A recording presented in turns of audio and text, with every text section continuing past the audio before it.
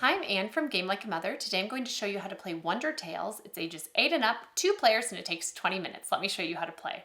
The goal of the game is to win 2 rounds of play. You win a round by getting more points than the other player. You don't keep track of the points between rounds, it just matters that you've won the round.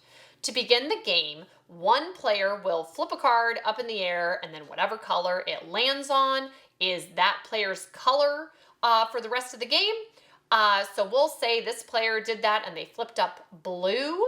Then you deal out 2 cards face up to each player. It doesn't matter what color they are dealt out. You just flip them up to your color when it lands to you because it's just the same card with different colors on either side. And on each round, you are making a grid of these cards, and they score points often depending on where they're placed and what their neighbors are. And it says on each card what it is, and you add up all the points at the very end of a round.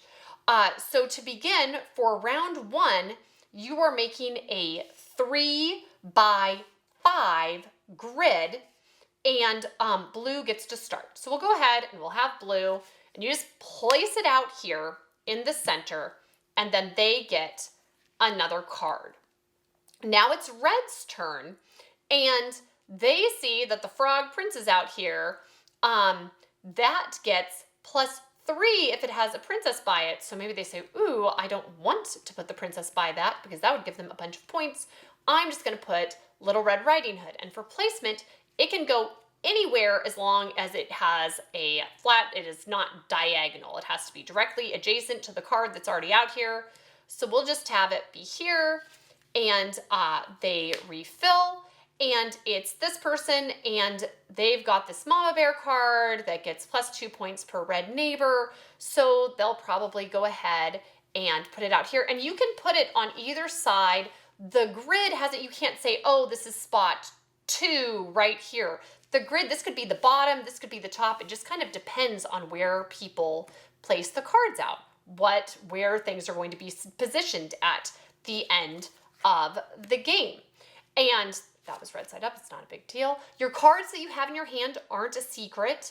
You can't look through to see what's coming up and plan accordingly.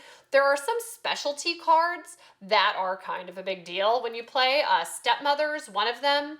If this player had their princess card out, they could do this card, which after playing, you flip over this card and you flip over a neighbor. So they could play this and flip over this card, and then this one would be flipped over as well. So there's fun things like that that happens as you play. You just do what the cards say on them. It's not that tricky as you're moving along. And you just have to make sure it's a legal play within the grid. The other really neat card that's kind of has more of an action based with it is the Witch. After you play this card, you get to swap it with a neighbor. And so that can, if this card's, this was red who got to play this out, it was part of their hand, part of their 2 cards. And they placed this card out. It makes them lose 3 points, but this princess is going to get a number of points. It's +1 point per neighbor. So they could play this and then swap it so that all of a sudden the princess is getting fewer points. You just decide where you want to place things and adjust. This would be bad if the frog prince was next to the witch, so they might try to make that happen to blue.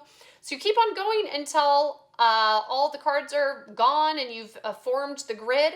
Tally up the score, and then see who won the round, keep track, then you re-deal it out, and they have red starts the second round, and you're making a different shape. And then if blue wins the first 2 rounds, the game's over, blue just won. But if blue wins 1 and red wins 1, then you have the third one as a tiebreaker, and you're making a new pyramid shape. And that is it. Play until someone has won 2 rounds. So that's how to play Wonder Tales. The target demographic for this game is someone looking for a light but strategic family level card game. The rule complexity is low, very easy to understand the basics of what you're supposed to do, but you have lots of interesting decisions as you play. How competitive is this game? It's medium. You're actively trying to do things to maximize your own score and kind of sabotage the other person's score, but it doesn't seem like there's a lot of hurt feelings as you play. When I play this with one of my sons who really does not like the feeling of being attacked in games, he will help me decide where to place my card. Oh, you don't want to place it there.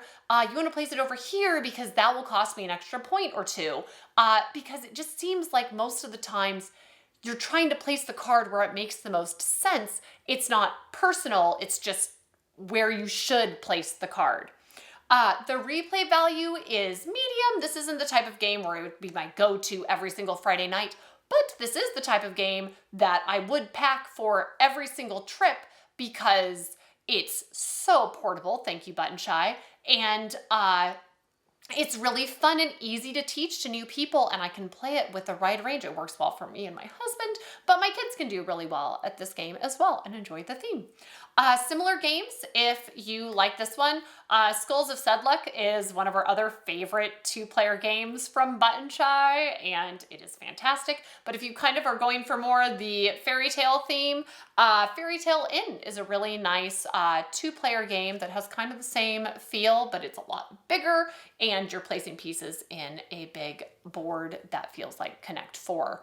But fairy tales and getting the most points. So we are loving Wonder Tales and you should check it out. Thanks and see you next time from Game Like a Mother.